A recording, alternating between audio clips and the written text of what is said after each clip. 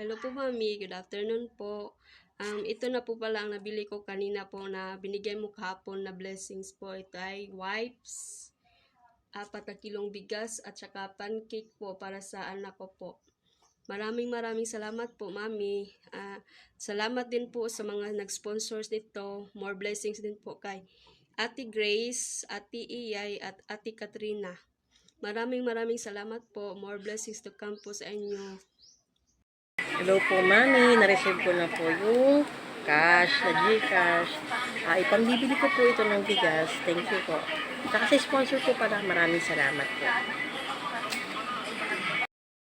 Maraming salamat po. Ito po na panalunan po namin. Ito po yung binili po namin. Notebook po, tsaka bag po. Maraming salamat po.